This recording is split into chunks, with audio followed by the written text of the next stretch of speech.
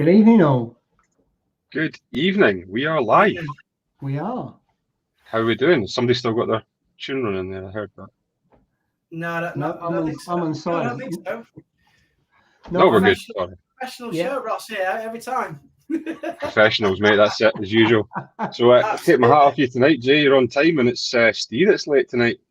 Is he not here? No. Oh. No. And when Steve's on, he's always later than me. I'm not going to lie, in the chat, mate, there was a poll again, and there was 17 votes for you being late, and there was no votes for you being on time. Sorry to disappoint. I've disappointed everybody there. Should I go back off and come back on again? I'll make sure he's late next week just to win. To be honest, I was that late. I didn't even have a chance to look at the poll. Otherwise, I would have. You could have voted for being on time, and then that'd have been it done, mate. Yeah. So yeah, how was everyone tonight? Yeah, I'm really good. I'm really excited about tonight because it's open mic, so I know we've got a few decent people coming on. So it'd be really good for people to listen, not just to us, but to some real reefers. Yeah. People who know what they're talking about. Wow. Don't tell everyone. I'm looking forward to really like to catch up with who are on tonight. Yeah, there's some really good people, some good times. Oh, we've got first guest of the night here, guys. Oh, is it? Hey. Yes. You know what? I did what you did, Jay. I had that. I'm like, why is this not coming on this thing? And there was two links. One thing with Ross, and I'm clicking the wrong. Oh man, stressful week, mate. Oh god, so stressful this week. At least you're here now, mate. Nightmare, mate. You feeling better? Feeling a lot better now, mate. Yeah. I'm managing to eat and drink, so that's the main thing. You know what I mean? And yeah, got a lot more energy now, so yeah, can't wait. I'm on the mend. Yeah. Bravo 20 said, "Who's that bottom left?" So this is Steve. Well, it's actually the new Steve. It's the revised Steve from what used to be before. By the way, Steve, you need to be ill more often because your last video was my favourite. I love that one. Yeah, you know what? I couldn't believe seriously on I think I recorded it on my camera, my camera, because it's better quality on my camera, yeah. And the microphone, I don't know what I've done, whether I've, because you know yourself with these like digital cameras, there's just like that many buttons, and I don't know whether I've not clicked, the microphone button, so you can see me. I'm like that. And I was gonna do a voiceover, but then I thought, you know what, it just looks stupid. You know what I mean? So you know what, I'm gonna do a thingy, but I've had a bit of a problems with the KH keeper today, so it's yeah. Oh no! Dare I say what's gone wrong or what's happened? I was on the phone to Tony. You know what? Shout out to Tony. He's a top guy from Coral Compass. Literally, it took me 3 hours. What it does is, you need to calibrate it. So it says like you need to calibrate it and get it up. You know what I mean? Yeah. So they say that you don't really need to calibrate it as much because there's stepper motors in them. So like compared to the KH keeper normal one, yeah. Yeah. But it prompts you to calibrate it. So I went 3 days over. So I thought, you know what, I'll calibrate it. So I recalibrated it, which I really didn't need to because it was spot on. Yeah, calibrated it first time. Everything was fine. So what I did was I thought to myself, I'll do an extra measure, an extra test. So I tested it. Yeah, came through, literally spot on, exactly 9.52. So I was like, brilliant. This is fantastic. This. So then when I went on 2 hours later to see, it said reef keeper offline. So I'm like, oh, here we go. So I thought it's never done that before. Yeah. So I thought, it's probably just so it'll come back on. Yeah. 2 hours later, it's still not come on. So I was like, right, we're in deep picture here now, you know what I mean? Yeah. So what I did was I read up and it says like if it doesn't come on, restart your router. So restarted that, didn't come on. So then what I did was I thought I'll reset the actual KH keeper and do it. Well, the moment it reset it locked my account. My account got locked. I couldn't get on. I was like, you've got to be kidding me. So I was like, I couldn't believe it. So I was on the phone. So Tony had to unlock it, yeah. And then what it was because the KH keeper, yeah, it's not like the best. It's not like top security. It's not like NASA. You know what I mean? Yeah. So any computers in your house, what it does is it's got firewall on it and stuff like that. Your protection. So if your firewall and all that is on, it won't log on. You know what I mean? You won't be able to log on back onto it. So I had to disconnect all my firewall, all my security, and then re-download it. It was like freaking took me about 2 hours. I was like, oh, what the hell? Thank God I don't have to pay for the mobile phone. You know what I mean? That's the main thing. So has Tony got your mobile number in his phone? And vice versa. So he knows it's a bat phone, and he knows it's Mogsy coming through, and there's a big thing in the sky of KH. I think you know what. I think he's got it on speed dial, mate, because he's going to need it if he carries on the way. So it'll be one of those where he looks at his phone and goes, "Oh, not again." goes out. Oh God, I've not got 2 hours yet. I've not got 2 hours. No, you know what? Speaking of 2 hours, it did help me out, and you know what? It's working now. So yeah. But what I do want to ask, if anybody knows in the chat, the Reef Factory app, that you download on your mobile phone, it's not actually on the Google Play Store. So if any of you know where I can get it, because I took it off my phone, and I can't get it back on now. So now I've got to log on through their website. So I've contacted them and Reef Factory to see whether it's down on their side or something, but it's not actually on Google Play. So I don't know how you get it on. I was going to say, have you tried Tony and he's not responding? He's not answering. I think it's only unavailable for you, Steve. Everybody else can get it, but they've just blocked you from it. That's all it is. Is it not available through their website, Steve? Can't download it from the website.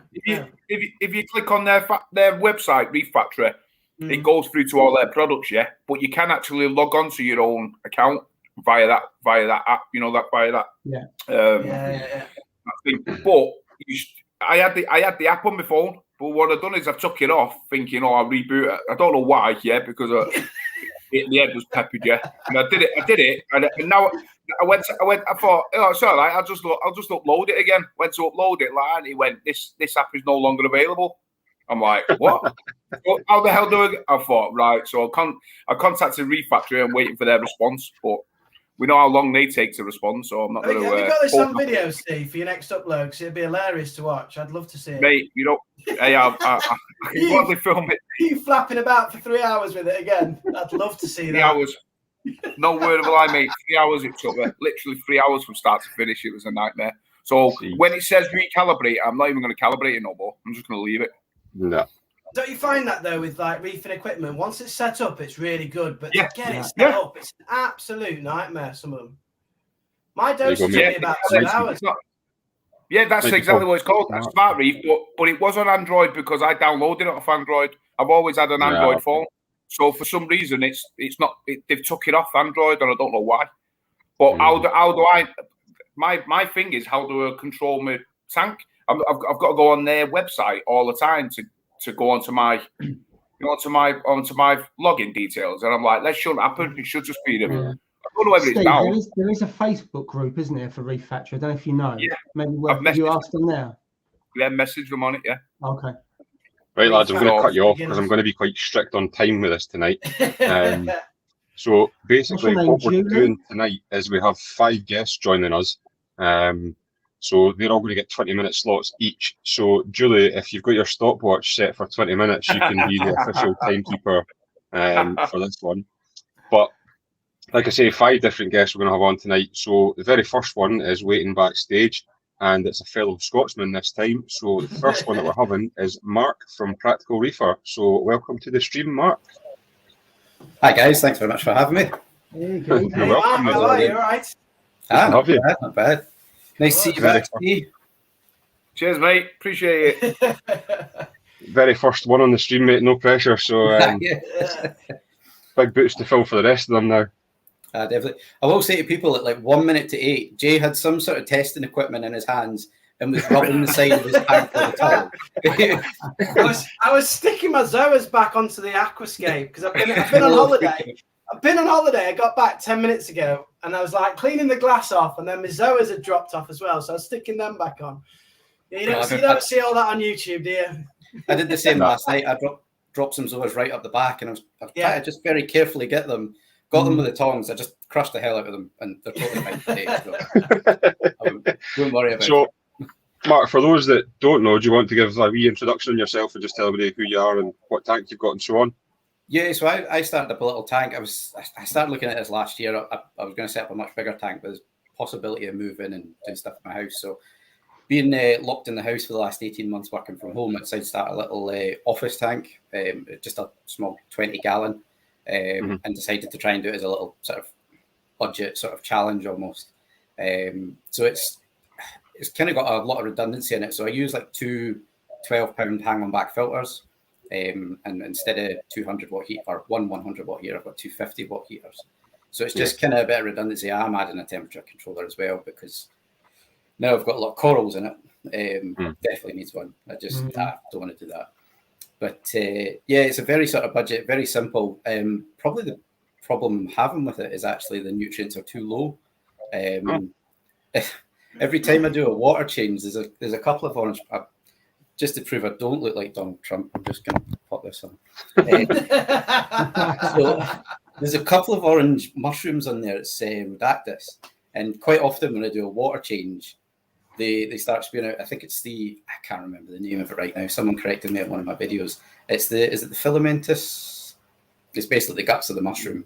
Starts to pour out a little bit. And then after a day or two, it's fine. But I'm trying to find that balance. I've actually been starting to reduce my water changes a bit.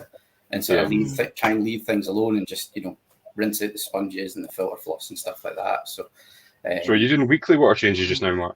I was doing weekly most of the time. And then I'm still doing them, to be fair, but I've tried to maybe just do a slightly smaller one, just enough to get the algae sorted and do a few things. But it's just trying to not wanting to. I like doing the maintenance. I like having that routine, but then when the mushrooms start, screaming and melting like the witch from Wizard of Oz.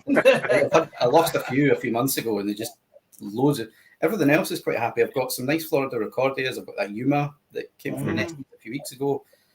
Some of the nice mushrooms are doing really well, but I've got a couple of really cheap ones. A couple of Rhodactis, I think, and not recordias, and they just melted.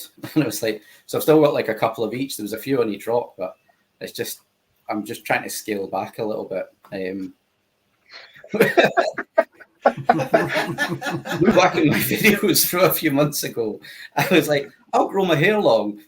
Just no. Like this one where I've got this bizarre mullet. And then we started letting us out of the house at the beginning of the year. A couple of mates are like, what are you doing? You did have quite a wild hairdo to start with. I remember in your videos, Mark. That was quite. The first month or two wasn't too bad, and then it really started to just go, and I was like, this needs cut. It was.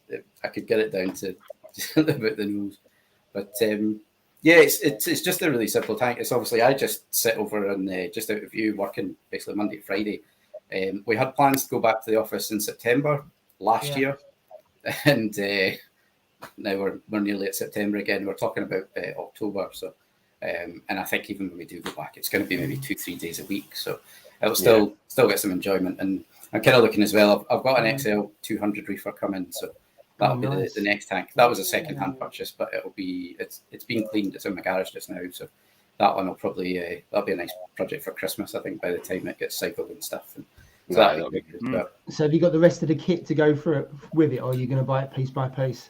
Pretty much. I've got quite a small footprint skimmer. I've got it's a Red Devil RDC, so it's quite a small footprint. So I was hoping to tuck that in where the sock is on the side. It's the 170 sump, basically. I think you've got the 170, haven't you? And then I'm going to try and just have the rest of it as a refugium. So I probably don't need a massive skimmer, hopefully, once it's set up. And I've got the Max Spec Jump LEDs. So I've got that, and I'm probably looking at a couple of is it Jabal? Jabal. It's not the MPTs, it's the SLW10s, I think. There was a couple of the guys that are using them in a chat that meant so, and they think they're great. So I was probably looking at a couple of those, but in terms of scape, I'm still I've got loads of rock downstairs that I don't need. You're always like, oh, that's a nice arch, I'll buy that, and I've got like a tank full of rock that I haven't actually got set up yet. So but with this one, it's a very, very basic tank, but it works pretty well. So I know you started off with a different light on that tank, Mark, didn't you? You had the Par 38s, was it? I actually do. This is mirror image, by the way. So I've got there's a little tank we don't see, which is just a little sort of quarantine potentially tank, or a just a little hospital tank. I'm probably going to put some frags in it. But I was actually using par 38, and it grew a couple of zoas, not too bad, and it grew some GSP. But the thing with it, you switch it on, and that's it. There's no controllability. It was mostly blue LEDs, and there was just 3 whites in it, but it's still very, very white. And even this at the moment is quite white, but I can play about with it more. It looks quite white on the screen, to be fair. But at least with it, I mean, this is still keeping in with the budget. It's a fleas on, which I haven't done a video on, to be fair. But there's loads of black box lights. They're pretty sort of dime a dozen. They're very, very similar. But yeah, it's much better. It's much nicer to be able to turn the whites are down at bare minimum, and the blues are pretty high. And then obviously I can turn the whites off and take better photos and stuff, which is quite nice. But it's a much better light for that. I think with the par 38s did the job. They are quite high powered though. There's no control, so. But yeah, I might try them over. I'm going to probably try them over a frag tank and have a play about with them. And see Mark, what are you going to keep everything in that tank and just keep that running, or are you going to transfer some to the new build? Or I'll probably keep that because there's a nice 2-foot square on the other side of the other side of the desk where the reefer will probably go. But I think as well, I'll be kind of thinking. Oh my goodness! Yeah, so this whole wall is going to be like tank desk. Nice. Tank Hang on a minute, Mark. Is this upstairs in your house? Yeah, the reefer's only 200 litres. I suppose, yeah. Yeah, that'd be fine, I would say. Yeah. About 250 kilograms, probably. Yeah. If me and my brother gave each other a hug, that'd be 200 kilos on the spot. Have you lost weight, Mark? Back on. You're not taking anything over, any biomedia or any rocks over? Probably will, actually. I probably will take some of that. I mean, when I did the little tank there, I stole some bits of floss out of the tank here, chucked that out. I actually just took the 4 bits of floss I had, put 2 in the tank, 2 in the other filter, and that seeded it, and it was fine. And I had some ammonium chloride left over, and it cycled it absolutely no problem. So, as much as it's good stuff, I probably won't ever buy Dr. Tim's again because I've got all that bacteria there. Potentially, if we want to do something quickly, then you may go out and buy a full bottle. But I don't think it does pretty well. And once you've got that bacteria, as long as you do things slowly, it's you see a lot of stuff on groups and that where people are just desperate to do it in like a couple of days. Or and fair enough, there's colony and things like that, I think, which people do use in one day. But that's just not the way I'm used to doing it. I try and take my time. And, couple of little fish at a time and stuff, but and also in this little tank I've got some. I can't get with it. This mirror image thing's not working out for me. It's hard, isn't it? At first, it's hard. You've all been training for like 6 months and like which and it still doesn't work. Yeah. Hey, Mark, I'm loving your frag racks, by the way. You got 2 or 3 in there, haven't you? Is it just so it's fragging? Because I haven't fragged anything yet. I haven't got anything. Well, I haven't actually. This is all my sort of zoas. So the big thing I need to do in the next few weeks, that I've never really committed to anything in the tank. So all my zoas, I've got about 30 on this rack here. Yeah, I see. Yeah, I've got a few on there as well. So I've kind of been watching them. Like some of them grow a lot faster than others, which obviously you can kind of lose the odd one. So I'm going to try and maybe have a zoa garden with the faster growing ones and maybe a zoa garden with the slower growing ones to try not lose any. We'll see if it works. It may or may not. I mean, I got some a few months ago that was 1 polyp of Gatorade, which was actually a freebie from Ocean Blue that we used as well. And also BB. You like them? Yeah, his packaging was, I mean, I think for him it's a serious hobby. It's not, I'm guessing it's not a full-time business. He's not a proper retailer, I don't think, is he? But he does it well. He's very talented at what he does. Yeah, there was another guy used on Facebook that did it as well, and the packaging was brilliant. It's better than some retailers that I've got stuff from, and I'm like, I can't really fault them. Fragged it into about 6 bits and my head fell off. I was really crying. Glued it back together. I know. So Mark, when you set up your tank, you had an aim to try and keep it under the £500 mark. Do you think you managed that, or it's going to be 6? The light, if you took away the cost of the par 38s and add on the fleas on black box and then the metal frame that we've got here that's sitting on it, we're probably talking £600 for all the equipment. The tank, the filters, the rock, Dr. Tim's, all the sulfur test kits. I use like a £13 refractometer, but I also have the calibration solution. So you know, if it's out of whack, then I'll know. So I mean, I've got I can't remember, I think it's an Aquamarine one there, which is second hand. I also got like a £13 one off of eBay just to see what it was like, and it does the job absolutely fine. I calibrate it every few weeks, and it's never gone wrong yet. If they're well made, they're simple bits of kit. If you don't knock them about, I think they're all right. But basically, the sort of £600 for a penny gallon is like everything. And then I've probably spent almost the same again on corals and fish and stuff. So I think even as a budget tank, even for something like this, you probably know that you're going to spend £1,000 within 6 months. I think, you know, by the time you start buying, that's always nice. I mean, you seen me in Nessie's a few weeks ago. I was like, what's that one, Jamie? Bag that. What's that? And it's, you know, and they're not even expensive corals that I'm buying. It's just so's and stuff.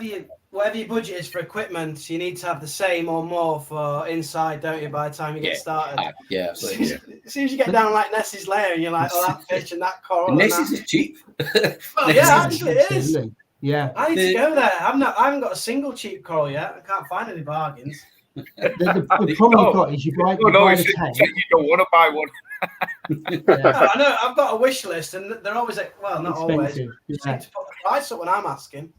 But the problem is you buy the tank and you think that's it, and there's so many hidden costs, isn't there, that you don't realise that all the different things like your test kits, and you go buy this and you go buy that, and all the other stuff arguably costs as much as the tank, and you haven't even put any coral in it yet.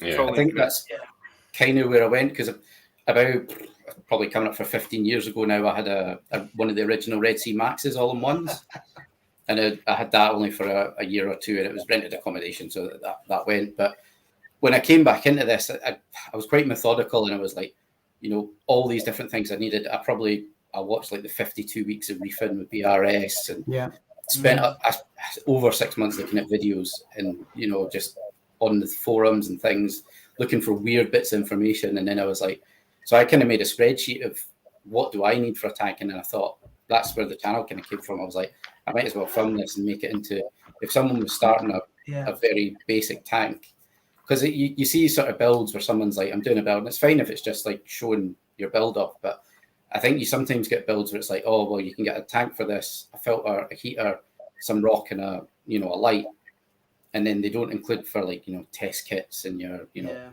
bacteria, and just there's loads of little things like the refractometer. And then somebody we all have budgets. I had a budget, believe it or not. You know what I mean? I did have a budget. You know what I mean? And it was like, I'm setting myself, this is the budget that I've got, and now I've gone maybe like 3,000% over my budget. What I should have gone. With this hobby, you know yourself, Jay. Yeah, with this hobby, you say yourself, you think to yourself. And I had a contingency fund to go. If I went slightly over, now I think I've gone a little slightly over. Yeah, and this contingency fund has way gone. You know what I mean? But you know what? It's one of these. This is a hobby where it's so addictive. Yeah. It's like drugs in it. You know, like where you can imagine like drugs where you get it and you go, God, I've got to have a bit more, got to have a bit more, got to have a bit more. And before you know it, you're like buying stupid con prices. You know what I mean? And we're like, why have I just spent that on that? But it's because we love the hobby. It's because you get addicted to it. You know what I mean? And that's what it is. Oh, yeah, so, totally. Mark, have you had any of the demons like green hair algae, cyano, aptasia? Fair little chunk. I mean, this. I hope so. Make Jay feel better. It's Make weird. me feel better. I've always had a bit of algae, but it's never been wild. Yeah. I've got this sort of little bit of sort of short astroturf in there. The archway here, I just upset my possum rest there. It's cool. The rock here I actually took out and scrubbed it. I think Ross mentioned last week where I scrubbed it with a nylon brush, and it's actually looking quite decent. And the urchins making pathways. There you go. Sitting right there, mate. Ross has got his pot brush there. Look at him. Pot brush. My beard, that's all it is. Can you do that with the gloves on, Ross? No. I've got a fetish. Sorry, Mark. Oh no, sorry, Mark. But like, there's a few. It's actually weird because the window's about 8 or 9 feet away, but this sort of corner of the tank still gets that bit more algae. It's kind of weird. Like there's a sort of diagonal line where everything close to the window. Where the light is. And I don't know how Jonathan that's coming on later gets away with it, because his tank's in a conservatory or near enough against the wall. Wow. But the Urchin's making great work of stuff. He's absolutely brilliant. You just like, there's quite thick algae in a couple of places, and you just see that like where he's been the night before when he comes out. But there's nothing too wild, to be fair. It's been, but then I've been kind of quite slow and steady with the tank with adding stuff. So, but again, it's just there's those couple of bits I really want cleaned up, and then the Urchin goes off somewhere else, which is actually quite nice and clean, and you're just like, can you just go that way? Yeah. So how's the mollies doing, Mark? I'm sorry. Pretty well, actually. I just put the video out last week. I've had him for 6 weeks, and I don't know if it's the new female. I've put another female in, and I don't know if it's her that's chasing him about, but he's had his fins nipped a couple of times. So I put him in a little box there, which you'll just see off to the side for a couple of days, and his fins are pretty much healed back already.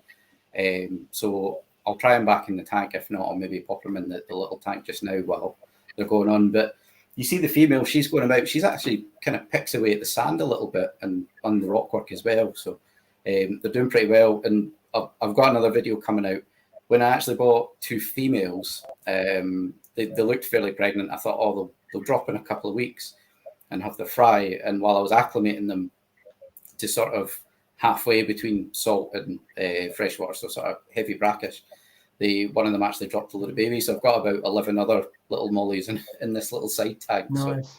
So I think a couple of guys this way are wanting a couple for saltwater. So, but yeah, they're doing pretty well, and they're pretty happy little fish actually. Apart from the male and the female not going. I thought it was maybe the female clown that had been nipping the male, because he was desperate to have her as his girlfriend. He was like, there was times where like the male molly and the female clown were over in one corner, and he's just following her and following her. And the male clown was like over here, just being like, "Oh, I'll just be by myself then." And then I think the last few weeks, the female clowns maybe got a little bit kind of bored of it, even though because the live bearers can do their thing, and he's been trying, but she's just not built for that. Basically, so I don't know if she's just giving him a few headbutts back and told him which way to go. Oh, I love that. You acclimated them yourself, Mark, didn't you? Yeah, I did. I'd definitely say I did a video a couple of weeks ago. The male was done within it was about 3 or 4 hours, and he was absolutely fantastic going in. He's a sailfin molly. Now I struggled to find decent sailfins. I don't know if it's just the current climate or something like that. But I also bought him with a little female who I think was just a normal black molly, or just a normal black molly, and she died overnight. So that didn't work for me. But the male sailfin, he just went straight in, and within 5 minutes, he was just pecking away at rockwork and just having a great time. So, but I've heard of people saying I just throw them in. But for me, if I'm going to acclimate a clownfish from one saltwater tank to another, I'm definitely going to acclimate a molly from freshwater to saltwater. I think, it's only fair. But I'm doing another sort of part 2 where I'm going to take them to maybe halfway to 35 parts. And I've already done it. And then over a couple of weeks, I was, changing a couple of litres of water per day, and then just slowly bringing it up to 35 parts. And that worked well as well. And that was with a load of the babies in there as well, and they were fine. So, they're pretty good. I'll do a video on that shortly on the other mollies. It'd be good to see a video on it. Yeah, I'd love to see a video on that. That'd be good. Yeah. So is the 200? That's time up, mate. Time up. Thanks very much for having me, guys. Time up. Thanks very much for being on, Mark. Really appreciate it. Fast that. 20 minutes goes so fast. Get Mark back on again. That was good. But yeah, thanks for joining us, Mark. I appreciate that. Cheers, Mark. What I will say is everybody that's coming on tonight, I've linked all their channels or Instagram pages in the description. So if you don't already follow Mark and everybody else that's coming on, go and check out the description of the video, and you'll see everybody's channels in there, or their Instagram pages. So yeah, thanks very much, Mark. I will we'll send you out. But thank you very much for joining us anyway. Just good to see you. See you later, Mark. Okay, so the next guests are waiting in the wing just now. I'll introduce them and bring them in. But the next guests that join us are Coral Reef Queens, which are Jody and Fran. Good evening. Hello. Hi, ladies. How are we doing? All right. I'll warn you, Fran's nervous. She said, please don't ask me anything. Because all I'll say is, I like zingers. That's all she knows how to say. So yeah, that's about it. That'll be settled her nerves then, wouldn't it, by you saying that? Yeah, you'll be fine. It's all right. None of us know what we're talking about either. Yeah. All right.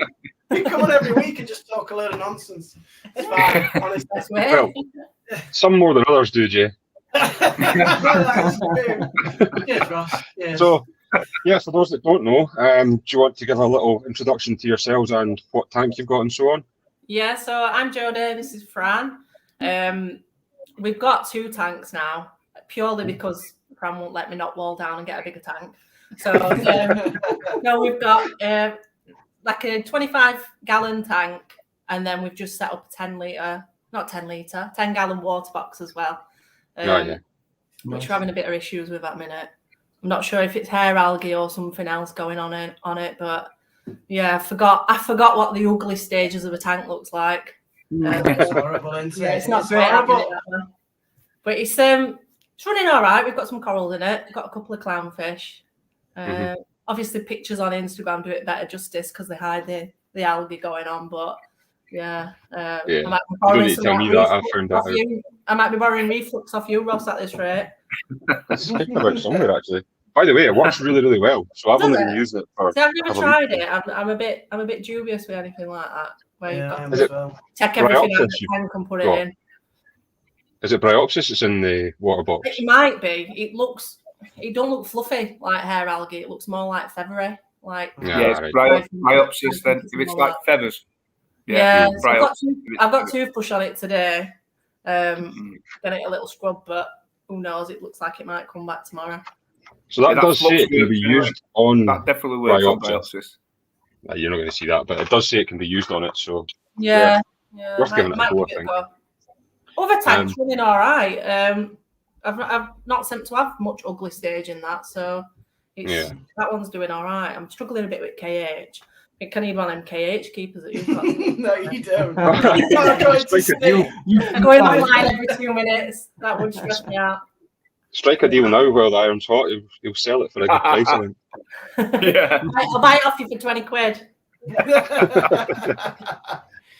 a comment for you already. The way it's going, I might accept that next week. If it carries on the way it's going, 20 quid. Oh God! Don't even mention them cables. Oof. Oh no!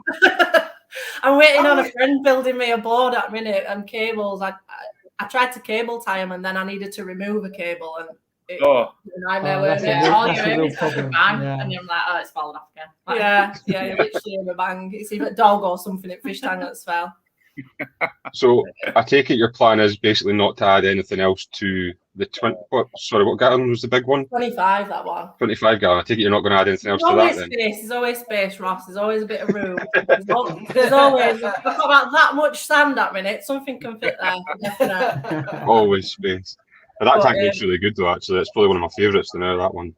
Oh, it's beautiful. It's on Instagram. Do you know what though? I'm not. You always said, don't you? You always say, I love it, but I'm struggling a bit with it at the minute. I'm not enjoying that one. I'm enjoying little one more. Well, if you want, I'll come down tomorrow and take it off your hands for you. When I can fill it, but I don't know. I'll easily come down and take it for you. I mean, I'll look after it, no problem.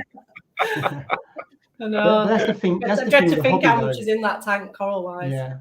The thing with the hobby, you fall in out of love of it, depending on what's going on and how you're feeling. During the summer, I don't do much with the tanks at all because there's other stuff going on, even if the weather's rubbish, and all of a sudden something will trigger and I fall back in love with it again.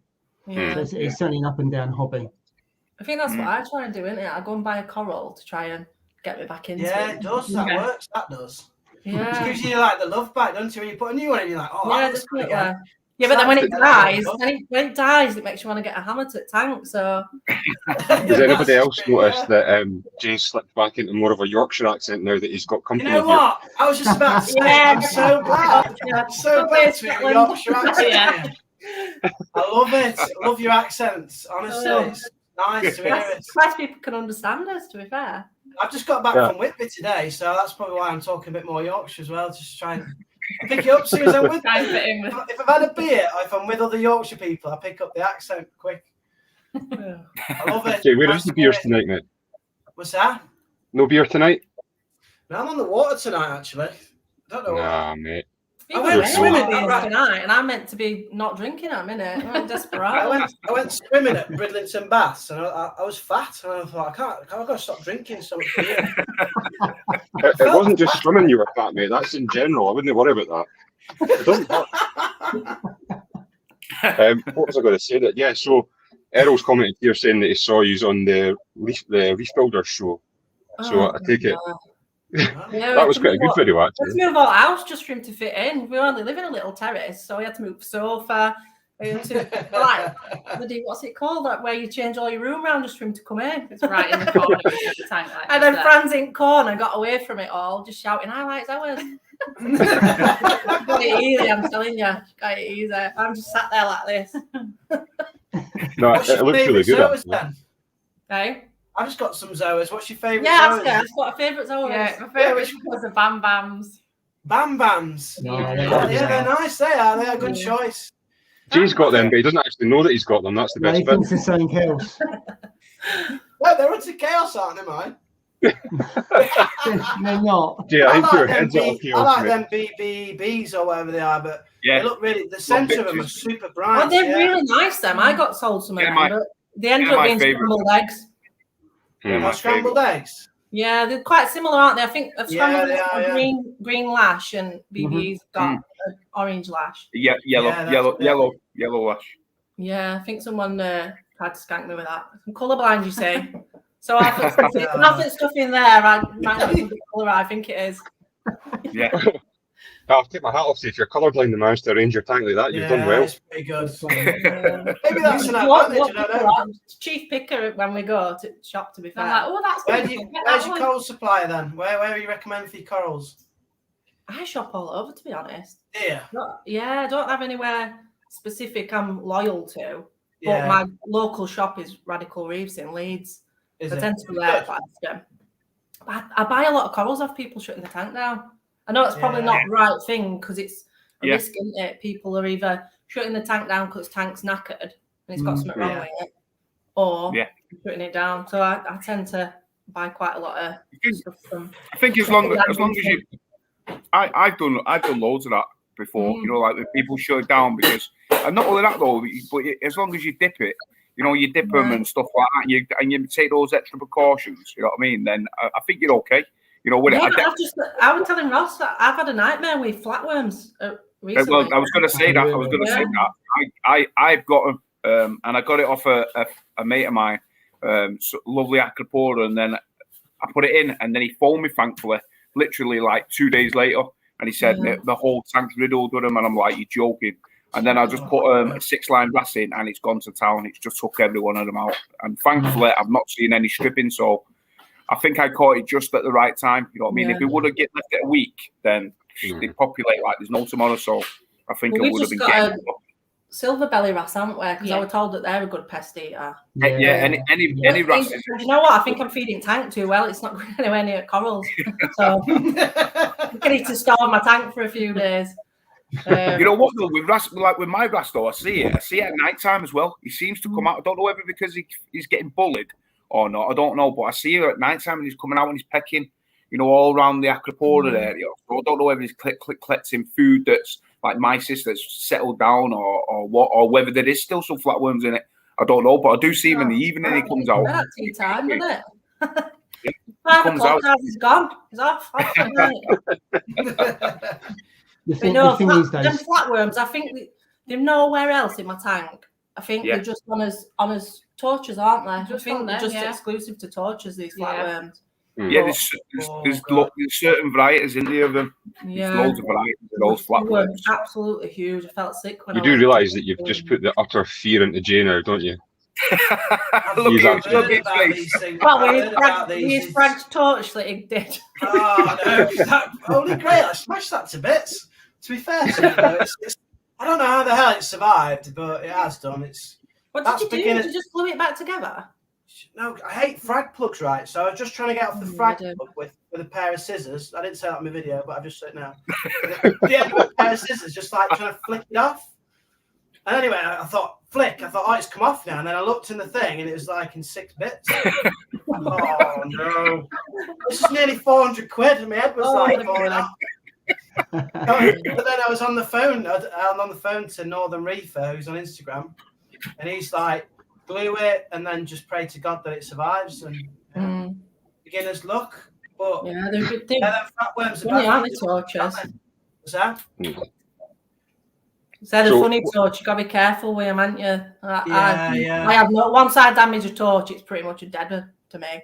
Is it? Well, I've got one on sandbed, haven't we? I mean, Yeah. flatworms have buggered it up, and it's just laid on that sandbed now. So I don't think it's gonna come back. Yeah. The other ones are looking okay though. Yeah, the other ones are alright. But oh, for the Rask and I don't have a 300 pound head one though, so I'm alright. Well, to be fair, they're all pretty much the same and the same, isn't it? It's just it's the colour and the movement, but just them flatworms just scare you a little bit, don't they? But so do you think the flatworm came in on that torch, or did it come on a completely different coral, or you're not sure? For me, I don't know, to be honest. They must have been there a while because they were big. And I've dipped. The thing is, whenever we get a new torch, keep it out of way other ones for maybe sometimes 2 weeks. I dip it a few times in that time, so I don't know. Could have come in on anything. Yeah. Well, to be honest, we don't worry too much about flatworms because they're quite easy to get rid of. But when they're everywhere on every torch, and I must have got 40 off when I dipped them last week. So I got you. Some of them were quite big as well, weren't they? I got Ross panicky saying, "Oh my God, I've got flatworms," and then he went on a mad dipping spree as well. Yeah, I dipped both mines because I panicked, thinking what, and I actually did get one off mines as well. So can you dip them and then put them in your other tank, and then until you've cleaned up the worms in the other? And because you got 2 tanks, haven't you? No, I just dipped them and then just put them back on frag rack. Kept them away from everything else and just did it that way. Just wondering if you could put them back in your other one, your second tank, and then let the wrasse eat the worms before you put them back in. Yeah, that might be a good idea. I don't know. I'm running out of room in other tank as well. Already. Yeah. So what is the plan for the a month and I'm already running out of room. What's the plan for the little water box? I don't know. What do you want to do with it, Fran? I'm hoping Fran will take a bit of charge of this one because every time I just... can I go shopping then? There we go. And get some new bits. We might wait because we're going to, Crack. Is it Crack now? Whatever it's called. Yeah. Might splurge out a bit there and get some bits. Good. I don't have to hide what I spend because she picks them for me, so it's all right. Winner on that Usually one. the more expensive ones as well. Yeah. Trying to keep away from euphilia, I think, though, in water box. I'm going more towards zoas and mushrooms, we think. But I've said that, and it's now got a frog spawn and a gold hammer in it, so who knows? Fran wants zoas, so that's what's going to happen. Yeah, covered. Yeah. It does look nice when they do that, though, don't they? When Ian's Reef, he's done that pretty much. Oh, his tank's amazing, isn't it? It's not since that Zoa garden he's got. Yeah. I'd love a bit of that in mine. Yeah, one of the best solar gardens is by far. Yeah. Some of the crazy colour in it. Yeah, it's really nice. There's a couple actually on the go just now that are just so on mushroom tanks that are really nice. You see more of them popping up. I think it's becoming a bit more popular again now than it was. Yeah, as I was just spending £50 on a little polyp of a zoa, that's thing. And that's when I end up thinking, well, spend 50 quid and we'll get a nice hammer instead for it. And that's the problem, I think, with zoas. But we tend to go more for nice colours, don't we, rather than fancy names. Yeah. I think we've not really got anything obscure and rare in this tank. They're just colourful. Yeah, like a Recordia mushroom, they are so good value because they're super bright, aren't they? They are. I mean, you've got they're quite expensive at the minute. Are they? They're about 30 quid or something, huh? Yeah, sometimes, but I bought one of a week at like 40 odd quid. What? And then it flew off its frag thing and went round tank, and I've never seen it again since. So, oh no, you buried somewhere. Is that what's happened? I need to borrow some of those long gloves so I can put my hand in the tank. Oh yeah. Well, I'm always in that tank. Ross can sort you some of them out. I'm sure we'll share them with you. We send me some first. I might need to actually bring some to Crack now and I can hand them out to people. Yeah, control it. Ross is doing his own PPE. I'll get branded ones or something with my logo on it. I can actually just get it straight right so long it's saying Big Ross says go elbow deep. I'll just say that.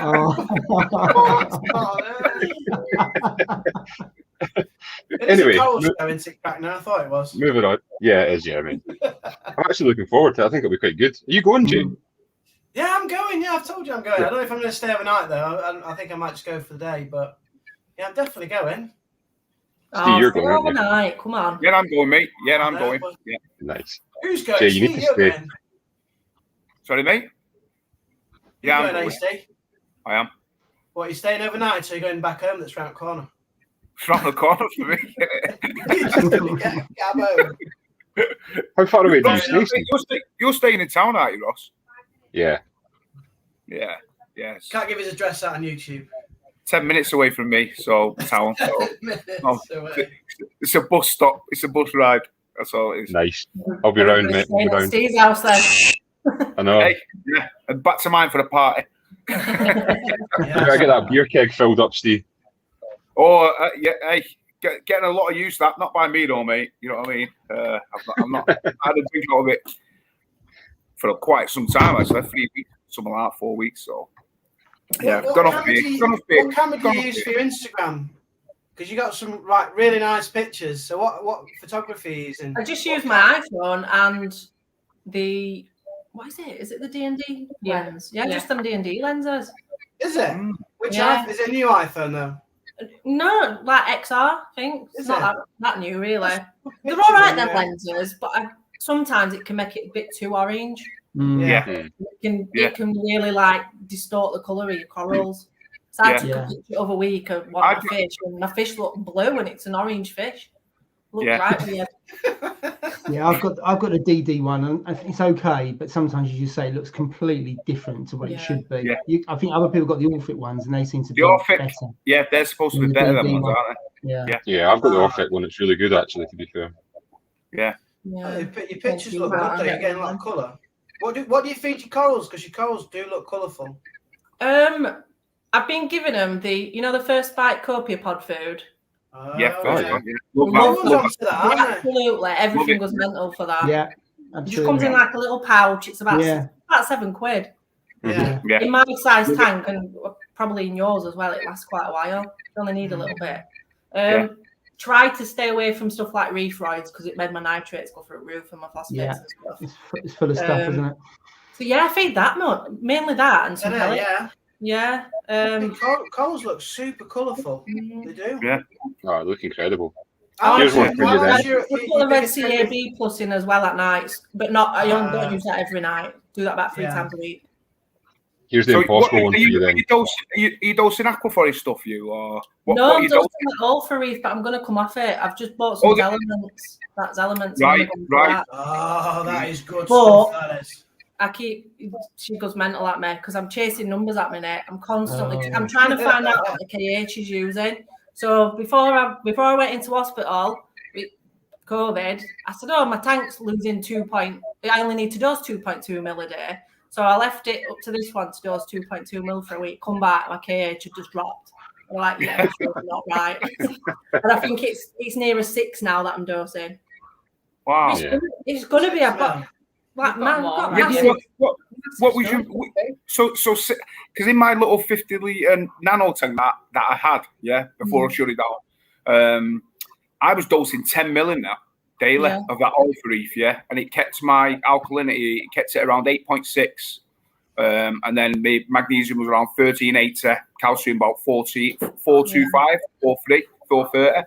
So it was rock steady, and I swear by that, with that Alpha Reef. For the tank up to say 200 litres, I don't think, and if you've not got a real big stock bio load, then I think it's perfect, to put in. Anything over 200 litres, then I think maybe, it could be getting a bit expensive, over time. Well, it was sitting pretty KH at 7.7. Right. And I know I like to keep it about 7.5 to 8-ish. And then, as I say, I went into hospital and but I bought some really big corals, didn't I, around time? I bought a massive colony, hammer worm, and it sucked it all up. And I probably didn't measure it up for that. So it didn't drop massively. I think my KH dropped to about 6, but it you could tell. Yeah. You forget, don't you? You know what I mean? You forget when you put corals in, you totally forget. You don't take into account that putting that extra coral in or putting this, that, and you're like, what the hell? It's still taking the calcium, it's still taking the alkalinity. You know what I mean? I hate to say it, but you get your numbers right, and then you do a water change, and then you think, oh my god, it's probably changed it all again. So exactly. I am getting stressed that moment, checking it every day. So I'm getting through. You fully recovered from COVID then? You feeling better after you recovered from COVID? I'm still, do you know what? I'm still not 100%. Yeah, it takes age, doesn't it? When did you come out of hospital? It's about a month ago now, isn't it? Yeah. About a month ago. It's about 8 weeks at least. Yeah. They weren't good at all, but yeah. Well, maybe you get well soon. Yeah, cheers. Yeah. Well, apologies, but that's the 20 minutes up on this one as well, so that's flew in again. Wow. But yeah, thank you very much for joining us. Really appreciate you joining in. And, Good to see you. Enjoy, guys. Enjoy the rest of the night. Thank you very much. Be good. Thanks for joining. Cheers. Okay, so going to quit these 20 minutes, aren't they? Quick fire, isn't it? It's flying through them. Fast here, I was going to have a drink. I know. So our next guest is waiting in the wings again. So we need to have a breather here. We should have actually booked a wee intermission in the middle of this, but we'll just keep going for it anyway. There's an ice cream and everything. I know. So yeah, next guest waiting in the wings. So we're back to another Scotsman here, and his name is Jonathan. Jay will know him as Bravo20 from the chat. So you can finally put a face to the name, Jay. But here is Jonathan. So he's now reef medic. But welcome, Jonathan. Good evening. Hello. Good evening. How are you doing? Yeah, good, mate. Yourself? Awesome. Not too bad. Tank looks fantastic there, mate. It looks really good. Look at the size of that. What are you talking about? The tank or the hairdo, Jay? Well, yeah. So yeah, I've been reefing around about the same time as Jay, actually. I decided to go a bit bigger than he did. I started off with a little QT tank, but a kind of 90 litre that I picked up second hand, and got bit by the bug really quickly and decided I was just going to go straight up to the 250. And I've bought a lot of coral since. So what tank is it? It's a 250, but what brand is it, or is it custom? So it's the Dobby Special, the Aquarium 900. For the price, I mean, it was 800 quid, and that includes the tank, the stand, the pipe work, the sump underneath as well. And the sump is enclosed. I've got a 2.5-year-old, so kind of making sure that the fingers stay out the sump is always useful. Yeah. So it's a nice variant sump with slidey doors on the front, so it's great. Yeah. I don't think I've actually seen that one before, Dobby's or that, to be honest with you, but it looks a really nice tank from there, to be honest. Sorry, I've just read the comment on. Yes, mate. You know, I've just got to the end of the cycle, and he's got a whole barrier reef going on. I've probably spent way more on coral than I should have. Although I tend to go for the kind of lower end stuff. I did for the first 8 months, I think. Well, pretty much. I've only got one coral over £100. I've managed to do quite well other than that. He's obviously gone to Ness's layer. I think I've only got one that's under that. Yeah. We need to go to Scotland, I think, Steve. Oh, we're shopping in the wrong areas. You know what? I think, you know what, Jay? We'll share a car. We'll go up, and for the price of going there and coming back, still save money. I think we'll still save money, mate. How so are these Scots spending so little on coral? I don't get it. I know. I mean, You've got quite a few shops around you, Jonathan, don't you? Yeah, I'm not too bad. I've got the shop up in Forfar, which is Fish and Fins, run by a guy called Joe and his missus, and they're fantastic. They try to keep the price of stuff as low as possible from the suppliers. Yeah. And once you kind of start a relationship with him and kind of get your face known and whatnot, he's really good at like kind of keeping up with you and telling you what's coming in and when things are coming in. You have to do a bit of kind of checking up and whatnot, but Yeah. 9 o'clock. Yeah, but Joe's been excellent. So he's only about 25 minutes away from me, and then Nessie's lair is my second and my go-to for fish. His quarantine system, and then so he quarantines them for 3 weeks, and then quarantines them for 2 weeks, puts them on display for a week before he'll sell them. And then I bring them over and give them another 3-week quarantine. So in total, they'll have a 6-week quarantine, and I'll only have to have them in quarantine 3 weeks. It's just using QT. So what are you using the quarantine? Do you use copper or? No. So he uses copper, and he uses most of the stuff on his. So basically, mine is purely an observation QT. Right. Okay. So it means that I can still have a couple of little corals and stuff. Yeah. Okay. So you kept freshwater before the marine stuff, Jonathan, didn't you? Very shortly. There we go. So Guy got so good at it so quick. There's a story here. He's had it fresh water for 10 years. In September last year, I decided to build a pond for my little girl because she had a massive fascination with fish. Anytime we went somewhere, she just absolutely loved it. So I built a 7,500 litre pond, and it was kind of up against a brick wall, and I built a kind of wooden frame round about it. I spoke to a few kind of professionals and stuff, and folks that would kind of build it, but I wanted to do it myself. I just wanted to get some checking from them. And every single one of them that came by and said, I'd basically had the frame built and said, look, do you think this is okay to fill? Is it safe? And they were all like, well, as long as you're happy with the woodwork, if anything's going to go, it'll be the woodwork. And I was like, cool, because it's technically a neighbour's, it's my wall, but it's technically on the neighbour's boundary. So got it all built, got it filled, and then got some nice koi in there. And about 4 or 5 weeks later, there was a nice frost, and the wall essentially exploded. Oh no! So I managed. Wow. I just heard an almighty crack from upstairs in the bedroom. So I ran down, but it was one of those ones that I didn't see anything, but I knew instantly what it was. There was nothing else that could sound like this. So ran downstairs, and the neighbour's garden was completely flooded. 7,500 litres is a lot of water. So it's obviously gone that way. So it's flooded everything up to their tops, or to their first step at the back door. Thankfully, there's a couple of steps into the door, and halfway up the driveway, there's a tidal wave of stones. So along the driveway was stones. There's a tidal wave of stones and a mound coming up on the side where the water has just forced all the stones away, and 10 random flappy little fish. So managed to save all the fish, and basically put them in a bucket and put an air stone in, and they lasted the night, and that was fine. So I then went out and bought a 180 litre bow front second-hand, quickest I could get tank.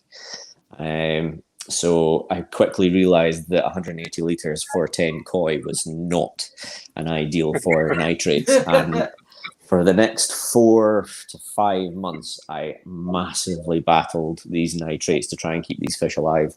And eventually I found someone just to take the koi, and I was like, I'm done. I'm absolutely done. I'm not having pond fish anymore. But my wee girl got really sad. So... So I decided to go all in and go straight for saltwater. I fancied the difficulty of it, and yeah, I've absolutely loved it. I've totally fallen in love with it.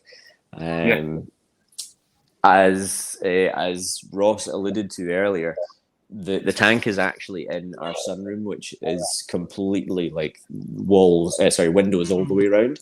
Yeah. So I initially thought I was really going to struggle with algae and the likes. However, I've actually done not too bad. Initially, the tank started really low nitrates. Once I got a lot more fish loaded in there, I'm now kind of struggling with high nitrates, but that's coming down slowly. I'm just getting to grips with the dosing on that. But I think that a combination of the low nitrates, has helped to keep the algae at bay. I've had a couple of things. I used Vibrant for a little bit, and then I started to get quite bad cyano. So I pretty much assumed that the cyano was just kind of, it wasn't getting the competition that it normally would, and was just kind of winning out. Yeah. So cut back on the Vibrant, let a little bit of algae grow in the tank, and gradually the cyano has just been kind of gradually going away. Still have a little bit, but other than that, the tank's been going really well. I've had a few casualties through the time. I had a snowflake eel that unfortunately didn't make it when I transferred over to this tank. He didn't like it, and I hadn't quite managed to get the top fixed by the end of the day of getting it transferred. And he escaped, and sadly found him the next day down the back. So there was no way I would have seen him. I just thought he was angry because I'd moved him. He was great, but the stocking now is quite good. So I've got 2 Banggai cardinals. I've got a pair of clowns, 4 Marcy's Antheas, a copper band butterfly, Watchman goby. He's got a pistol shrimp as well. And I have to have a carnivore. I don't know what it is. I just seem to have to have one. And probably my favourite fish is the dwarf fuzzy line. Nice. So I take it you've aimed your tank more towards the fish then, Jonathan, rather than corals? Or... Yeah, something like that. Although you're kind of getting a bit like Steve with buying corals, aren't you? I mean, to be honest, it's Steve's fault. I mean, it's like his tank is just, if I could be anywhere near that kind of level, I'd be quite happy. But I mean, I think I'm doing all right after 8 months. I'm quite happy with the way things are going. You know what? In this hobby, my friend, it's all about patience, and it's trust me. You know what? I look back like 2 years ago on my tank. In fact, I was sorting out some pictures on my phone the other day, and I was like, because believe it or not, I've got like a 500 gigabyte phone, and it's like all took up pictures and videos and all that. And I'm like, I better start deleting some. So I'm going along, and I seen like when I put the style of pourer in, and it was like literally not even a 1-inch flag. It was like, and I've took hundreds of flags off it, and it just, and that's like within 2 years. You know what I mean? It just like takes time, but it'll come good, mate. And then you'll be like, in another 2 years, you'll be like, wow, look at this. It just speaking of stylos, my first SPS was a dying stick from Fish and Fins that he basically said, yeah, take it, because it was dying. He just didn't have the lights that could kind of keep it going well. So half the stick was dead. There was 2 prongs on the top that kind of had a little bit of life to it, and I was like, cool, I want to try SPS. Yeah, why not? So I took it, and that was in April. I'll just see if I can look at it there. Wow. Oh yeah. Well, and it's absolutely gone nuts. Wow. So exactly. The little SPS area is absolutely it's doing brilliant. I really can't believe how well it's done. Considering the nitrates are so high, they're all still growing. What are you dosing? All for Reef. All for Reef. Oh yeah. Wow. Yeah. Another all for Reef. Great at all for Reef. It's great stuff.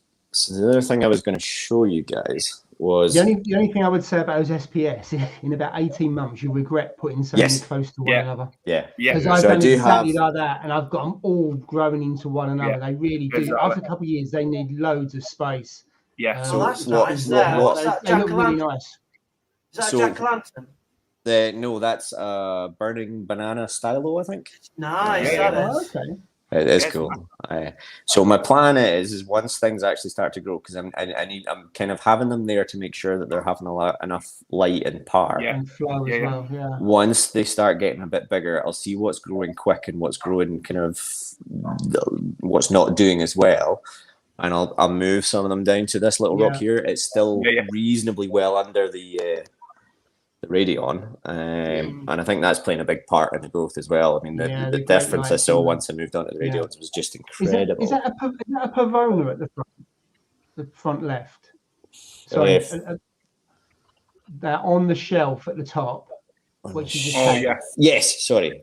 I tell you what, is that a Pavona? Yeah. That is a nightmare. It's spread all over my tank, and you just cannot get rid of it. And it's going after one of my SPS at the moment. So it maybe just me, but it's a real pain in the what's. I wish I hadn't got it. Right. Yeah. That might well be one that I move then, because obviously the stylo is doing well at the back. And this little tricolor acro is what it was called. I don't know if that's what it is or not, but that's what it was kind of, I say, sold to me. It cost me $5. But yeah, I got a couple of these recently as well, and they're doing pretty well. So I'm happy with that, considering it's still such a young tank. I was going to wait till I was a year in before I decided to move on. But torches are lovely. Not wrong with that, mate. That's for sure. The torch in the middle and the bottom is not looking as good, but that is my gold torch, which sometimes it's because my lights are just at the end of their cycle. Everything's kind of closing up a little bit. Yeah. Lovely. It looks really nice. Your fish is super active, by the way. Well, they know it's feeding time. Oh, is that what it is? Yeah, they're really healthy, just dancing around. So, is that a lionfish? Is that a lionfish? That? Yeah. I'm just going to show you. Oh yeah. Does it need feeding? You know what? I love lionfish. I've always wanted one of them in my tank. I'd like to watch him. Oh, he's going to eat. Oh, this is nice. I love watching him eat the lionfish. Yeah, they're great. I love lionfish. The dwarf ones. He's not the brightest. I will say. Until he actually sees it. Yeah. There we go. He's off. Look at that. Like a piranha. I love him. I love it. Nice. That is lovely. That is fantastic. I mean, what did you give him to feed there? What was it? Like a prawn or something? No, just a little bit of fish. Basically, I get kind of just your normal kind of pet shop frozen fish, and I just tear little chunks off and give him one every couple of days. Oh, brilliant! Nice. So yeah, no, he's really good. Little copper band. He's nice and happy, and he loves his mussels. So he gets a mussel every day, but he's always pecking at the rocks. I've got tons of pods and stuff. I always in that little cup. So it's a mussel.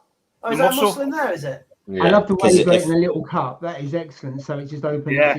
Just can go in there as and when. That's his own little feeding. Because I've got tons of crabs on the bottom.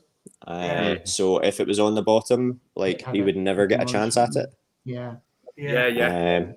That's a great idea. So that was just my way of kind of making sure that he eats and he's nice and happy, and he's always round about. Now, yeah, I can see the shell. Yeah, brilliant. Superb feeding station. I like the way you just raised it up, and you can just peck as and when without other stuff getting to it. That offline, the feeding station, or is that? Have you made so that is the gourmet. What is it? Innovative Marine Gourmet Feeding something. Right. Feeding station, Yeah. But it's a great little bit of kit because you can do loads with it. So it's got I don't know if you can make that out. You can see the holes in the bottom. Yeah. So you can put the stuff in, and then it'll slowly feed out. Yeah, brilliant. So it'll feed out over kind of 10, 15, 20 minutes. Nice. So yeah, no, my latest purchase was this little guy. Oh, he's nice. That's an enemy, isn't it? Flower pot name. Flower pot, that's it. It's what you should have got, G. Yeah, it is. Yeah, you're right. It is. I didn't know they existed until I got these other ones. That's probably. That is a nice. That's nice. I need to up my game here. Look at this. Mm-hmm. Really No, nice. I didn't want to say nice it, Joe, one. Jay, but I mean, yeah, basically. It is beautiful. So you're gonna stick with the 250, or is there other plans? So basically, as you can see, there's not really much room to maneuver. Yeah, no, it fits well there, doesn't it? Yeah, it fits perfectly. It does, and I mean, as I say, like it's windows all around. But as I say, like as long as I'm keeping an eye on my nutrients, and exactly, yeah, it's doing fine. You can see a little bit of you can see the cyano in the back, and a little bit, but to be honest, it's not really coming onto the rocks that much anymore. There's a little bit on the sand bed. The blues hide a lot of sins as well, right enough, but Yeah, that's really nice. Unfortunately, that's us out of time on it. Oh, sorry, man. No, you're all right. It's been great having you, and it's good to see the tank there. Time flies, doesn't it? That was awesome tank. I really like that tank. It's really nice. Yeah, really good. Nice to have nice to have a little look. And the lionfish, that was ace. That was I thought you would appreciate that. Yeah, I love that lionfish. Yeah. Brilliant. Yeah, so thanks very much for joining us, mate. Really appreciate that. It's been great to have you on. Not at all. It's good fun. Yeah, and brilliant. Be sure to join in the chat and slag off Jay again. That's. I mean, Jay would wonder what was wrong if I didn't. That is true. Absolutely. Right, thank you very much for that, Jonathan. Totally appreciate it, mate. No worries. Cheers. Catch soon. Cheers, Jonathan. Cheers, mate. Bye-bye. Thank you so much. Thank you. Okay, so I'm liking this. I'm liking this. It's going. Yeah, you know, like seeing people's different tanks and stuff like that. Yeah, I like I think it's great that. So that was the third one. We're going to the fourth one now, and we're going right across the pond to the USA this time. Mm. So we have Garrett, Algae Warrior, waiting in the wings here. So I'll bring him in now. Good evening. Hey. Hey. How's it going? Hi, all right. Great. How are you doing? Yeah, really good. Really good. He's got his tank behind him as well. What's that one? Peninsula. Yeah, this is a 38-gallon Fiji Cube Peninsula. Wow. Nice. Ross wants a peninsula. So you got soft coral in there, softies and mushrooms and stuff. Or? Oh yeah, I got lots of softies. These are 2 Sinularias right here, and then I have like another Capnella right here, and then like I'll show you behind, but I got like a Fiji leather and a bunch of mushrooms in this rock right here. So yeah, it's kind of a mixed reef. Got a few SPS too. Milk of Silo and Birds of Paradise, Bird's Nest, and a couple of Acropora too. So nice mix. Nice. Yeah, looks great. But one of my favorites is this branching GSP right here. Oh yeah, one of my favorites. Gets everywhere, that GSP. Gets everywhere. It sprouts. I mean, you know, with my GSP now, it says people say isolate it to the rock and it won't come off that rock. Well, listen, they're all liars because mine's grown on the sand now and it's actually spread onto my clam, the actual clamshell, and I'm like, what the hell? So I'm like having to get the knife in and get rid of it because I don't want it on the sand. I'm like, what the hell? I thought it don't grow on sand. How could it grow on sand? But it grows on sand. That GSP grows anywhere. And also bits of it detach and end up going elsewhere in the tank as well. So you can't just isolate it into one area quite often. No. Yeah, this one I might be fragging up soon because it just grows straight up. It's been a really great grower. It's almost doubled in size. I've had it for about 2 months, and it's really going good. It's encrusted all over the rock that it's on, and you know, I kind of plan for it to go everywhere, but you know, I'll kind of like you know, cross that bridge when we get there. I really like, you know, your aquascape. You've got like these bands, like stratas of rock. It looks really natural. Where the hell did you get that rock from? You know, the rock. So this is all Stax rocks from 2 little fishies. Yeah. So they all come cut in like flat pieces, and I kind of epoxied them to make little structures out of them. It's like rock Lego, isn't it? The way you can Yeah. you can just put it together and it just clicks into place. So you got no chance of it collapsing or falling over because of the way it's quite rigid. I've seen it. I haven't actually seen anyone use it in their tank, but I've seen it in reviews and stuff like that. It looks pretty good. It looks really. It's like a miniature mountain, like the bands of rock. I really like it. Yeah, it's so I have like these 3 taller rock structures that are over here, and then a lot of them, like this Favia right here, I have on its own little piece, and some of the other leathers too. So it's kind of modular, so I can kind of place them. You know, if they're not doing so great in one spot, I can always move them over and that's really good. You know, place accordingly. But so is that an all-in-one tank, or does it have a sump underneath? Or yeah, it's an all-in-one. Sump's right over here.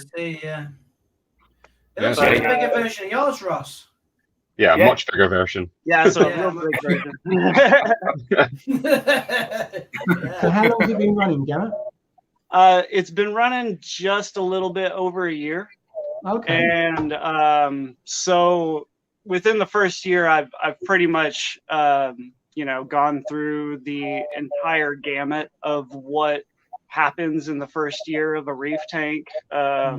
You know, I went through dinos twice. I went through, you know, regular green hair algae, and then I had a huge bryopsis outbreak, which I fixed with fluconazole.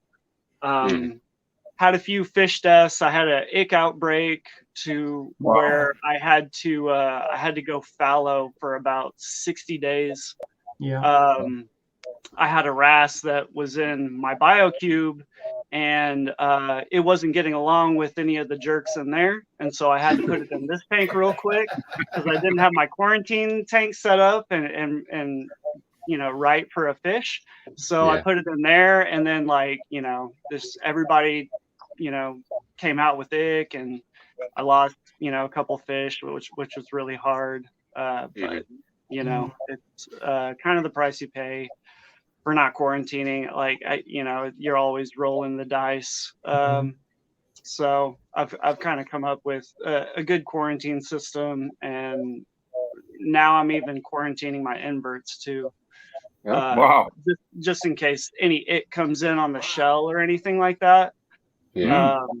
So I have like a huge mother colony of this green singularia here, and I have a 10-gallon tank. So I'm going to use that as a invert quarantine to kind of, for 2 weeks, just prophylactic, you know, make sure if there's any ick on it, it goes through the life cycle. So, and then after that, I'll put the inverts in the tank. But, you know, I've heard of people putting like cleanup crew in their tank, and then, you know, they put nothing else in, no corals or anything else, and they end up getting ick. So it's just something I don't want to really go through. And yet, you know what? I just learned something new every day, because I didn't even know that. I never knew that you could get off inverts for shell. I never knew that. I just thought you come up with coral as well. So Steve, they say you should, well, that you should quarantine everything, to not guarantee it, because it could come on anything that you bring in. So it isn't just the fish, it is the cleanup crew, but also coral frags and all that. So just by doing it on fish, you're not covering the whole spectrum. To your point, Garrett, on the cleanup crew. Yeah, but you tell me. Yeah, I wonder how many people do exactly what Garrett does. You know what I mean? Yeah, like quarantine. I'd say maybe 2 or 3% or some of the whole people who have marine tank.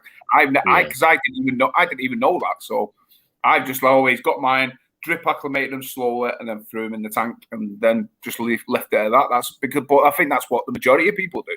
You know what I mean? And that's what I did for a long time. You know, 2 or 3 years.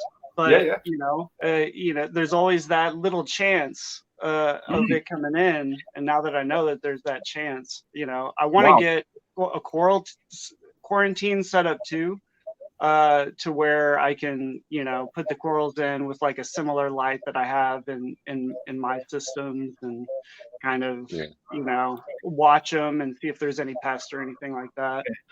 I mean, that's the perfect. It's the perfect. If you've got the space and you've got and obviously like resources and stuff. That's the perfect way to do it. Because like I said, it eliminates it. Like you said, it eliminates anything that can potentially go into your tank. Like we said, we all have tanks that's worth thousands of dollars, thousands of pounds, and stuff like that. Yeah. And just that one thing can wipe it all out. You know what I mean? Like say, but we were talking about flatworms before. They can wipe out whole colonies of Acrophoras in no time. You know what I mean? So you can quarantine them. I know that my mate now, Scott, him, don't you, Paul? He's quarantined. I believe he's quarantining all of his now. Checking it, making sure that he with his SPS, making sure that there's nothing. Because you've seen this. Oh no, you haven't seen his tanks, have you? But incredible SPS tank. But he got flatworms and he was like decimated, maybe like 40% of his tank. You know what I mean? Yeah. So now he's got. Garrett, he said that. Yeah. Garrett, I think you're going to be in the hobby a while, mate. Because after 2 or 3 of those, I'd have been out. I'd have been like, close it down. How about it done? Right. You've had everything pretty much, and you're still here.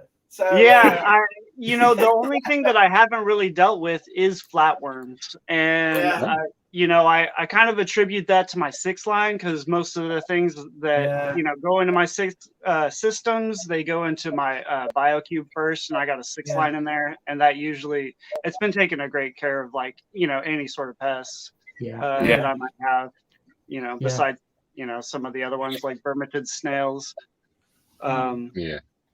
But I've been using bumblebees for the vermitid snails, and they seem to do a pretty good job. Yeah, they do when there's only a few, isn't there? And anytime I'm like storming the tank or anything, like cleaning my sand bed, I got all the stuff kicked up in the air. I can see all of them out, and so I'll kind of spot them so I can make note of where they are, and I'll just crush them with some pliers when I go in for like a water change or something to manually remove them. You've got rid of dinos twice. What did you do? Obviously, you're quite good at getting rid of it. How did you get rid of that problem? So a lot of people experience this at some point, don't they? Yeah, the first time was pretty tough because I got it really bad, and I lost probably about 50% of the corals that were in this tank right here. And so first I tried feeding a little bit heavier just to get the nitrates and phosphates out of 0. Cranked the heat up to it was about 82 degrees that I kicked it up to, and then I had to wait for me to have enough money to get a UV sterilizer. So I finally ended up putting a UV sterilizer in the tank, and that was kind of the final blow because I think it was the Ostreopsis dinos that I had, which are free floating, and they're a little bit easier to get rid of. The UV just killed them off. The UV was kind of like the final blow. But UV is a fantastic bit of kit. So underrated, I would never run my tank without a UV sterilizer on it. You know what I mean? And I've got, and I'm very thankful. Touch wood. I'm very, very thankful that I've never had any ick with my fish. I've never had any parasite or anything. Touch wood. So I take that, and I think it's got something to do with it because I put an overrated UV sterilizer on my tank. It's too big for my tank. I think it's up to like 700-800 litre or something, and mine's only 350. So it is overrated, but I would never ever put anything. I would always put a UV sterilizer on a big tank, always, especially when you've got a lot. Is there any disadvantage of using one, Steve? Is there any disadvantage of using a UV sterilizer? No, I've never. I've not come across anything. I mean, it's just the space, really. I've got the Vetron, the Vetron one, and it's slightly big, it's bulky, and then you need to add an extra pump. So obviously, if you're limited for like plug sockets and stuff, that's the only real issue you can have, really. But other than that, it just gets the pump you pump it out your sump, and it just goes through the filter. I have it just before my skimmer, so and then obviously the skimmer takes anything extra that could be in, and then it puts it into the return, and then it's good to go. Does it kill your bacteria as well, or not? No, I don't. No, I don't believe it does. I don't believe it does. It does when you cycle, like when you cycle your tank, and you've got one on. You're not supposed to run the UV. You don't run any UV or anything like that on it. But I think once your tank's established and cycled, I don't think there's an issue. I've run mine, and like I said, I don't dose anything, and my nitrates and everything and are all perfectly low. Interesting. Yeah, since most of the bacteria will pretty much be on your rocks. Yeah. You know, if any of it gets into the water column, it's no big deal if you know, it goes through the UV sterilizer. I had a problem with plug space and regular space in my sump, but let's see here. I put it right here in this first chamber, and it was the AA green killing machine that you get on Amazon. And I was able to, it was the 9-watt, and I was able to just fit it right here. So that's in my first, my first chamber too. And then and then it goes, you know, through my skimmer and then, you know, back out. But I haven't even run my skimmer in about 4 or 5 weeks now. And I just don't really, my nitrates are perfectly fine. I just tested them today. They're at 2.5. So they're like right in the sweet spot where I want them. And, you know, I'm still getting some detectable readings on phosphate. But so when you set up the quarantine for the coral, have you done any research about how long you should quarantine coral? Because I've seen various people doing things for different times, and I don't know if there was a magic time or whether you just let them to settle. I don't know about magic times, you know, as far as quarantining from what I've seen, coral anyways. I know people go like at least a month, but I've seen people go as long as like 3 months when they're quarantining corals, you know, just to really look after them and make sure. I was watching Fragbox TV yesterday, and they were looking at an elegance coral, and it had this huge crab in it. I forgot what it was called, but it was like a massive crab living inside the coral. Sorry about that, guys. I popped out. Yeah. I'm linked to that. Sorry, I'm linked to that. Oh, your audio is going mental, mate. You're talking to the McDonald's speakerphone drive-through. That's exactly what it is. Is the microphone on? Oh man, that's really bad. Oh, sorry guys. Let me see what I can do. So Garrett, see how you were talking about the quarantine and so on. I take it the local fish shops over there don't do much for quarantine procedure, or do they do that as well? They don't. I have one fish shop in my area. There's about 3 in the immediate area for me, and only one of them runs copper in like one of their systems, but it's not like a medicated copper level. Like they're not going all the way to 2.5. They're, you know, at like 1 something.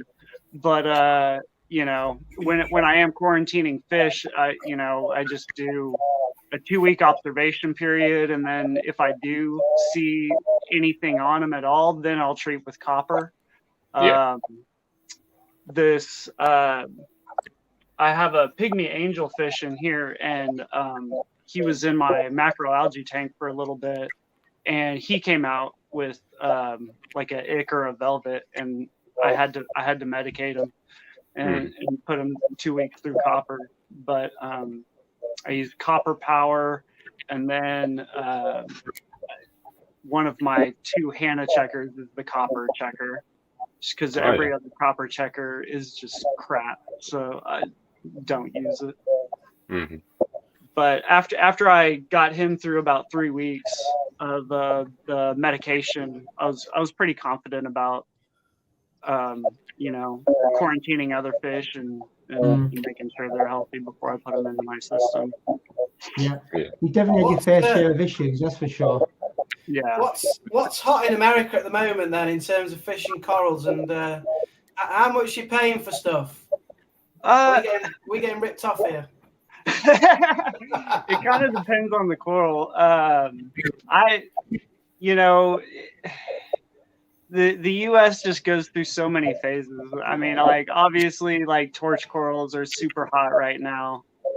Same over here, I think. Yeah, like, you know, just going for like $500 for a head is just ridiculous. Wow. For like a, you know, holy grail, awesome balls torch or whatever they want to name it, you know. But I don't really play into the name game too much. I'm just like, you know, this is the coral that I like, that's cool, and you know, that's what I want to put in my tank. So that's kind of what I go after.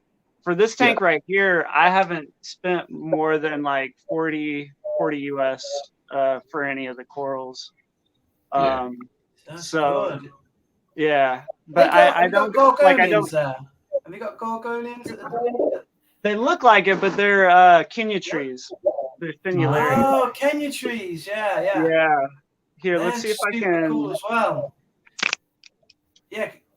Can we? Let me can we see? turn you Put it on around. full screen. Yeah. Can we see? Yeah. Ross, you've got an American coral, haven't you? Have I? Yeah, I thought that torch was American that you got. The Oh, I don't know where that's from. It's from Nessie's there. That's all I know. Oh yes. Oh yeah. Oh, That's look nice. at those. Yeah, they're nice. Got some chromis there.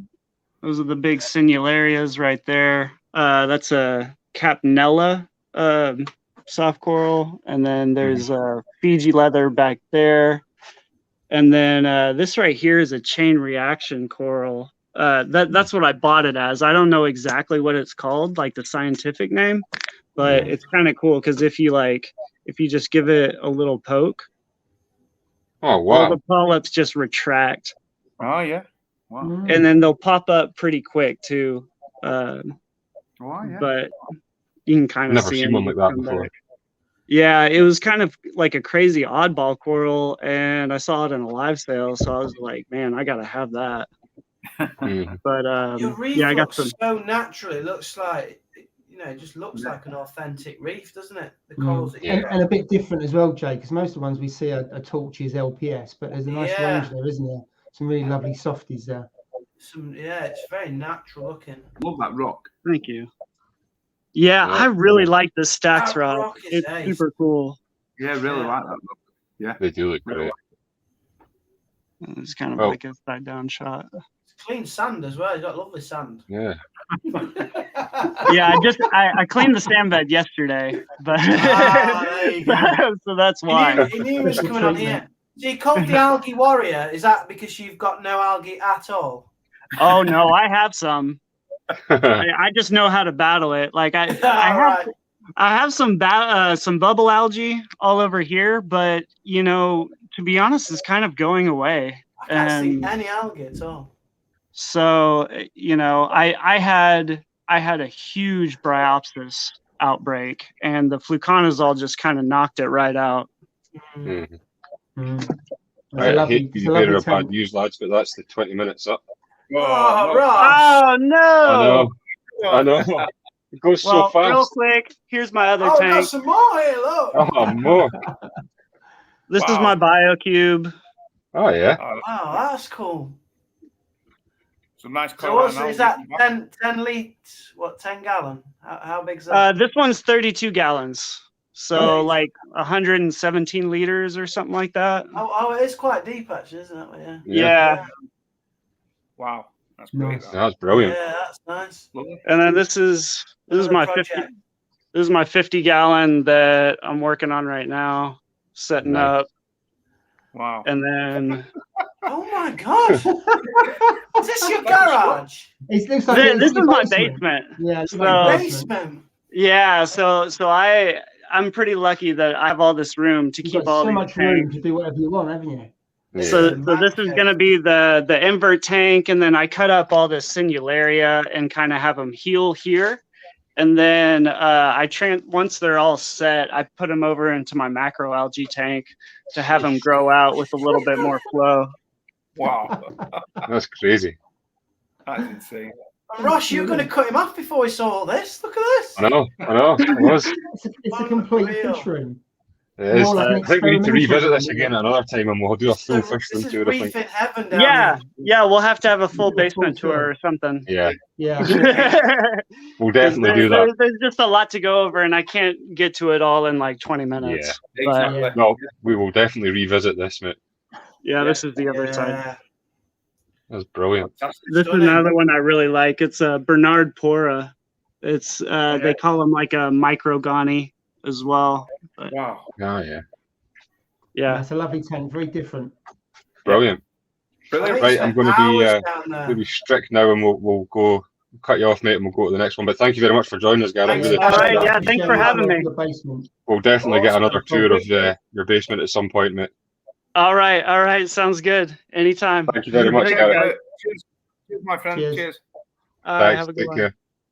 If your speakers or headphones have been damaged by Steve, he's willing to pay for everyone's replacement. Just contact him through Instagram. Everybody's like, "Oh, my speakers have gone and my headphones have gone." Does that sound better? Yeah, that's better, mate. Yeah. Better, yeah. Right, I've just got to sell my Rainbow Chalice now, just to pay for all your headphone speakers and stuff. I'm going to sell my Rainbow Chalice. Our fifth and final guest is waiting in the wing series. We're running late, so we'll get him in now. But the final guest we've got is another Jonathan, and this is Backshift Reefer. So welcome to the stream, mate. Hey. You all right, guys? Good evening, mate. All right. How are you doing? Not too bad, you? Good. I like the t-shirt, mate. That's a good choice you've got on.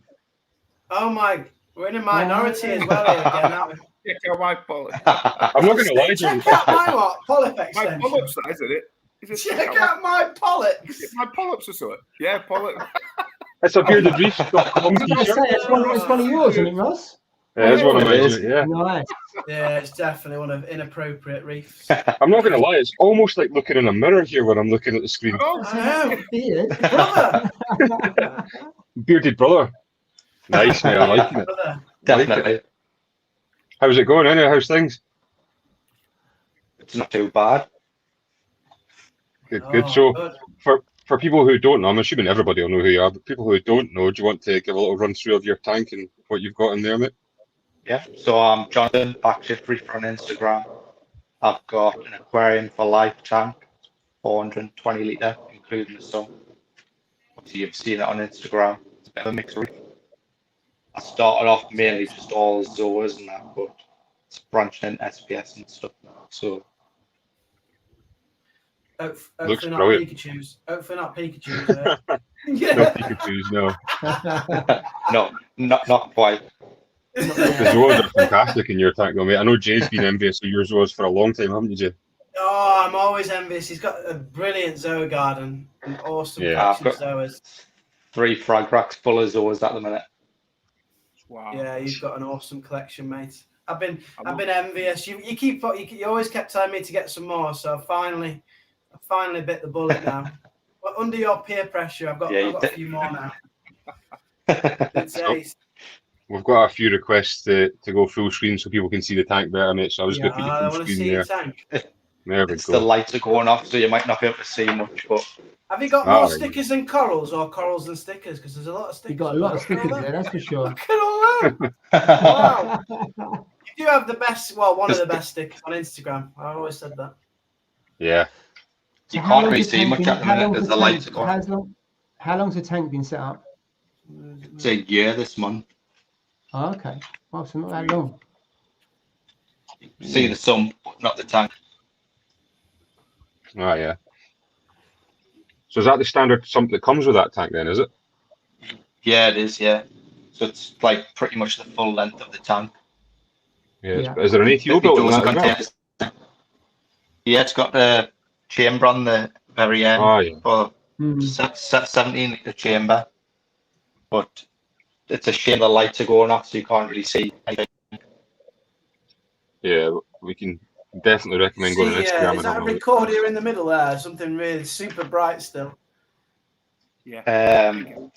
Yeah, that one there, sitting in the middle. No, that's candy canes. Oh, it's candy canes. Wow. Yeah. Oh, they're fantastic. They're one of my favourites, candy canes. Yeah. Really bright. Probably. That's really pinging, isn't it? It really stands out, that one. Yeah. I tell you what I like about that sump is having the a separate chamber actually in your sump for the auto top off, so you haven't got to worry about having a separate bucket or separate container somewhere else. It's all inbuilt. For me, The DD Reef Pro. It just makes life a lot easier. I find having it there, and you can just put obviously an A2 up auto top off in there. It looks like one of those sumps like Steve's where you don't have to do anything. It just all runs itself. Like everything just is automated and basically it just runs itself, doesn't it, Steve? Yours? Yeah, it's once it's set up, it's like Jonathan's. It looks identical the way the layout. Obviously, his pipe works different to mine, but it's the same. It's the same principle. Goes through his filter roller. Yeah. What filter roller is? That's not Clarity. Yeah, it looks like Clarity. I've got the X filter. Yeah. The X filter. Yeah. So I was running the Clarity, but I was running into a few problems with it, and I was getting sick of it. So I changed over to the X filter, and it's been running smoothly since then. I did look at the X filters myself actually, but they were quite wide. They're quite wide. They're wider than the Clarities, aren't they? You know, the top part. Yeah, they are. Yeah. And with it going near my door, I thought it's going to clip my door. You know, I won't be able to close my door. You know what I mean? So, whereas yours is at the back, innit? Yeah, it's at the back. Whereas my pipe work, because it's the Red Sea 350, the pipe work, it was the version 3, so the pipe work comes down and then it comes to the front. Whereas the original one used to be at the back. So that was the only reason why I could only really go for the Clarity. Really, there's no option to do it. Other than cutting all the pipes, and I'm not the best at plumbing, so I thought I'm not doing that. We'll just leave it the way it is. So I had to modify my pipe for it. Yeah, that's it. Yeah. Most people I know have had a Clarity and an X filter. I think with the X filter. Yeah. It's the X filter. You don't have to plumb it straight into your pipe work. Kind of just feeds into the back and creates a vortex. Yeah. That's what goes through the roll. What do you think? Do the rolls last longer on them than the Clarity, or are they the same? It's the rolls actually bigger, so is it? Obviously they're going to last longer. Yeah, but I think the Clarity rolls actually fits on as well. Oh right, right, that's good. Yeah, X filter rolls are more expensive. Yeah, the Clarity is like 40. Is it 40 meters? Is it or something? I think something like that. Yeah. 40 feet, not 40 meters. Yeah, I think they're 40 feet. And like you said, they are. But then again, when I did my video, I mentioned when I went in the sump, and I mentioned like that last one that I put on, it lasted close to 4 months. So, you know what I mean? So really, all right, £15, I think, $14.99, whatever it is. But I think for 4 months, I used to hate filter socks, taking them out, filter wool. It's just really absolutely insane. I just hated it. You know what I mean? And it was one of the best things I ever put in my tank. It's well worth it because you've got no maintenance. It lasts a long time. 15 quid for whether people last 2 months or 4 months. Exactly. It's pretty cheap in this hobby, isn't it? For what you get, and it pulls out so much crud, and it helps. In fact, if you pull out too much, isn't it? You've got to get that balance. Well, I had to get rid of my refugium because of that reason. Yeah, I did have that, and I think that's because, like you said before, I don't dose any like no pox or anything like that into my system. It just runs off the bacteria that's in my tank. And like when I tested my nitrates, it was like 0.3. It wasn't even 1 ppm. I was like, oh man, I need to raise this up because we're going into that era. But so I've been feeding really heavy in my tank, and then in the end, what I've done is I've had to open the actual gate valve on the Clarity, like literally halfway, to let some stuff come through. Whereas it was like near enough closed, it was just a little tiny hole. But now I've opened it halfway to let some nutrients. Tested it the other day, and now it's like 4.1. So it's like 4 ppm now, which is still too low for me. But it's going up, it's raising up. Jonathan, can I see? You're growing corals in your sump, aren't you? There, like a little coral farm you've got going, aren't you? At the base. I was, but I've closed it down. I'm not anymore. Have you not got that anymore? Was it? Didn't work. Didn't work out. Didn't it? It looked like a good idea, but not many. You don't see many people doing it, and I wondered how much success you'd had with it and what it looks. So like. I wanted to move my skimmer over to the first chamber, but it wouldn't fit. So I was getting loads of algae growing on me skimmer, so just closed it down. You had to close it down in the end. Are you still running the LED light bar? Yeah, I've got a one. I bought it off AliExpress. Oh yeah. Right. So is it any good? It was like £70, and it's pretty much identical to an Orphic bar. Oh. Didn't know that. £100 cheaper. There you go. Should have saved you money. So there's a guy on YouTube who tests all the lights and stuff. There's a guy, I don't know if you've heard of him, called Telly Green. He tests all like LED lights and stuff. Yeah. So he tested them. What lights have you got on your tank? Are they the Red Sea ones then? Those lights? Red Sea 90s. Red Sea 90s, two of them. Yeah. What do you think of them? Do you think they're really good, those ones, or? I like them. They're not complicated. Like, so I did have AI primes and stuff, but I think you can just play about with them too much for having all the options on the channels and stuff. True that, yeah. Where the Red Sea only has blues, whites, and your moonlight.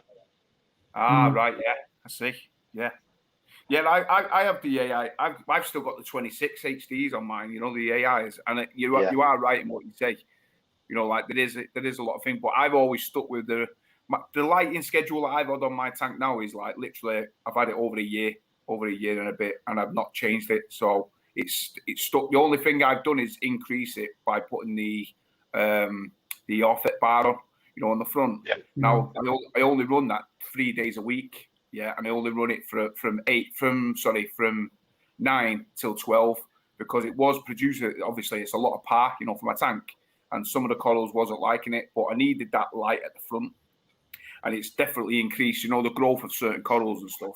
So, you know, I think I could raise the power of me HDs, the 26s, because they're only running at about 60%, but I think to get that even spread, just adding that extra little bit of light at the front has made a world of difference, you know. Yeah. I must admit, I set my lights up and I just let them go. Yeah. So on the tank that's 6 years old, I set them up, haven't changed them. I increased the intensity as I was going through the cycle and older. Yeah. I haven't changed them at all. So sometimes people mess around with radians and they make all the different intensities and the color ranges. I just set it up. I think it on SP Growth. There goes Jay. He's been messing around with the lights, and that's it. Because each time last week. Because if you start changing them, then your corals almost go back to square one and have to adjust to the parameters and everything else again. Just set them up, just leave them, and then you just put the intensity up if you want to just give them more par and more light. Yeah, definitely true. I think this last change was good, so I'm going to keep it for a while. What, 2 weeks? I had mine on the LPS setting, and my SPS were looking a bit grumpy. So I've just turned up the intensity a little bit, and they're all happy again now. So I'll keep it. Yeah. But keep it. No, change them again next week. So what's your favourite coral in your tank? What do you think your favourite coral in your tank is? Because we've all got our favourites in our tank. Every one of us has got our favourites. It's a hard one, that. Yeah. I'm gonna have to say many good ones. Zoas. Yeah. Zoas. Yeah. So I'm going to throw a controversial one out here and ask what you think of the KH keeper, Jonathan. Has he got one? Yeah, I've got the original. I haven't got the plus. You upgraded the probe, didn't you? Because I seen that. Yeah, I upgraded the probe. Yeah. It was running pretty smoothly, to be fair, until the other day. So did you have to ring Tony up? No, I didn't ring Tony. I've got somebody who lives. Steve, you'll have to message it after this. It was engaged because Steve was on the line. Yeah. So I had calibrated me cage keeper. So do you know the pump on that puts the water into the beaker. Yeah. So that was bang on when I'd done the accuracy test. Then I'd done it again the day after because my pH was reading low, and it was like out by 4 mil. Right. So I've done it again, tested the accuracy again. The day after it was the same again. So I've changed the dose ahead. So hopefully that's solved the problem. Right. Yeah. I mean, other than that, it's been fine. You probably know my story. Like I think the whole Reefer community know my story on the KH on the original one. But I mean, I've said it in the past. You know, like, it's probably like one of those. You know, like sometimes you get a faulty machine. You get it in washing machines. You get it in fridges, cars, and stuff. So maybe I just had a bad one, but I haven't had any issues with this KH Keeper Plus. I think it's absolutely spot on. I test obviously with the hand checker, and then I test with the Salifert test kit, and I just have an average, you know, to see what it averages out at, and it's usually they're usually all bang on, you know, give or take. Yeah, that's what I do. It's great, mate. If I get a strange result, I'll like test it with my Salifert to see what's going on. Yeah, you know what? It's strange, isn't it? You know what? A Salifert £11 test kit, and we always revert back to that £11 test kit, don't we? Yeah. I'm like paying all this money out, just like yourself, and I still revert back to that £11 test kit just to double check. Are you going to upgrade yours, Jonathan, or are you going to stick with the original? Just stick with the original. Yeah, probably best, to be honest. And when you look at the KH Keeper and then you test on the Salifert, what one would you trust most, the Salifert or the KH Keeper? That's an hard question. I would like the KH Keeper, but exactly. Salifert, to be fair. Looking at your faces, it tells the story. It says, "Oh my god, I've spent 600 quid over here, or 11 quid over here, and I trust the 11 quid one." Hey, hold on a minute. That is wrong, isn't it? Nearly £800 for this one, mate. For the upgrade. So it is, mate. I mean, listen. Yeah, these machines, these are not like professional, like lab grade, professional test kit. But it's still a lot of money, yeah. Yeah. What it should do is it should give you a reasonably accurate, in the ballpark, yeah. But when it's like reading 2 DKH out and 3 DKH, that's a big difference, especially when you've got certain corals in your tank. So absolutely. For me, I always just revert back to that Salifert because it does always seem to come back. I can test that Salifert test kit 3 times and it'll come back near enough within range of each test kit with each one of, you know what I mean? So it might say 9.4, then it might say 9.5, then it might say 9.3, but it'll always be in that ballpark. Do you know what I mean? So that's why I revert back to it. Say the one good thing about the KH Keeper is obviously you can see what you're out doing all throughout the day. Where Salifert, you're not going to be testing every hour, are you? Yeah, it's a fair point. I think also you think Salifert's been around for donkey's years, whereas this technology of out checkers and automation is fairly new. When LEDs first came out, the first generation of Radians, they were really poor, and you think it's how many years and how many generations it's taken to get to this stage. And I suspect the automation in like 4 or 5 years' time will be completely different in terms of its accuracy and what they use compared to today. I suppose like any technology, isn't it? I think it's like every 2 hours it gets you a bit obsessed with the change. So like you'll notice like a trend, so then you change how much you dose in each hour, and it just gets it's obviously just numbers. But. Yeah, it's true that. You know what? When I set this one up, I did it for 2 days. Yeah, every hour. I did it every 2 days, every hour. Yeah, so 24 times a day it was doing it. Yeah, and I did it for 2 days just to see, where it fluctuated. So obviously in the night when the lights are out, you know what I mean. It's not as much. But I was doing the same like yourself, fiddling about with like me my alkalinity, try to adjust it, and I'm like, what am I doing? Just leave it because the tank's been running okay before they added the KH Keeper. Do you know what I mean? So now I just left it and I just dose the same amount of what I usually do, and I just leave it at that. No point in messing about. I'm not messing about with it no more. You know what I mean? Ross, why do you have to mention the KH Keeper? Unbelievable. You know what it's like. I had to ask the question. Yeah. Jonathan, what's the plan with your tank moving forward then? What are you going to do? Just going to grow that one out? I'm not adding anything now, probably for the rest of the year. Just going to leave it to do its thing. Just let it grow out. I don't believe you. I don't believe you. I said that. I don't believe you. Yeah, You're not going to buy any more corals No, I am making another Zoa garden on the other side. So all them Zoas on the racks are going to be mounted onto another Zoa garden I'm going to make on the other side of the tank. Nice. That sounds good. Yeah, that'd be really nice. Yeah. Some of them I am scared to move. Some of them I'm scared to move off the rack up. It'll be challenging Ian Cosgrove for the best Zoa rock, best Zoa island. Yeah. You know, hey, tell you what, isn't it? Zoa off. Yeah, the Zoa off. Yeah, you can have that. Zoa off. Nah, he would win that. Well, what about Coral Reef Queens are going to catch you up as well because they're all about Zoas. Keep an eye on them. Yeah, so that's been 20 minutes up again, folks, I'm afraid. Wow. My God. Yeah. So, well, hopefully next time we can do it when the light's on. Yeah, absolutely. Yeah. Gotta look at the tank. Yeah, thanks very much for joining us, Jonathan. Really appreciate that. No, thank you. Yeah, cheers, Jonathan. Cheers, mate. See you later. Bye. Great. Take it easy, mate. Take care. So yeah, wow, that is flown by. That's got to be the quickest 2 hours I think we've done yet, hasn't it? It has. You know what? It has actually. What do people think in the chat of the open mic? Have they enjoyed it tonight? It's a little bit different, isn't it? I'll put a wee poll in, Jay, will I? Will I put a poll up for that? Get your big poll out, Ross. Oh dear. We haven't had many polls this time, have we?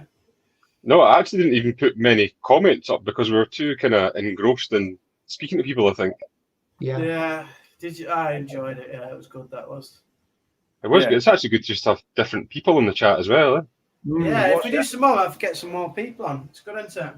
Yeah. I'm just nosy. I like it when you can see the tanks and you can have a little look round. It's good, isn't it? Yeah. And you know what? You know what? You're getting like people's, how they started and like what their journey and like where they see the the journey going and stuff like that. I think it's great. You know what I mean? Because we all have our different opinions on where our tanks are going to go. Do you know what I mean? I think it's great. I love that sort of stuff. But also the range of setup as well just shows you how many different ways you can set up, run a tank, and you can see why there's more than one way of doing it. And so then you see people say, "Yeah, you've got to do it this way." There isn't. Most things you can do in numerous ways, and I think that's quite interesting and exciting for the hobby as well, isn't it? It's not boring where everything's just like one way and that's it. Yeah. What I will say before people start disappearing is that I have put everybody's channels in the description of the video that's been on tonight, so either their YouTube or their Instagram, whatever. So go and check out the guys' channels, have a look at their YouTubes or Instagrams, and be sure to follow them because really do appreciate them joining us tonight. So thank you to everybody who has joined us. It's been fantastic. Absolutely. Yeah, brilliant. Yeah, if you can hit the like button for Ross as well, he loves a like. Don't you, Ross? The algorithm. Yes, give him a thumbs up. Or a thumbs down. 53 people. Let's get 53 likes. People like to put thumbs down as well, and the thumbs down helps. So if you want to put a thumbs down, put a thumbs down. Yeah, who's been miserable and putting thumbs down? I don't know. It all helps. If it's a thumbs down or thumbs up, it doesn't matter. I've enjoyed it. It's been good. Absolutely. UKM 120. I agree with his statement. His last comment's very good comment.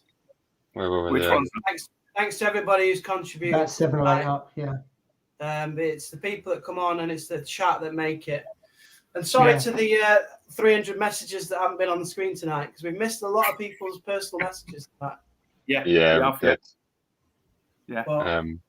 But yeah, I think it's quite good to do it now and then, this kind of style, and have people on because you guys are in the chat week after week, so it's good to give you some time on the stream with us as well. There we go. Bravo 20. Send me Tony's number. I can't send it, mate. I've got it on my speed dial as an emergency. This is probably quite a valid point because we do the stream later on. I think a lot of people's lights are down at this time of night. So yeah, that'd be good. Probably to give people heads up.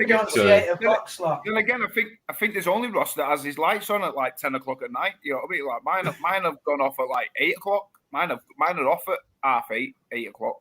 Mine don't start coming on till 12 lunchtime just because there's no point in having them on in the morning. So he's got the Ibiza setting on his. I know. Ready for the strobes to come on. See if The Reefer strobes says, yeah. kicking at You got 5 to do a past 10. t-shirt. You got to do a t-shirt with like some clownfish lounging on a sun lounging or something, saying, "Is it 12 o'clock yet?" or something like that.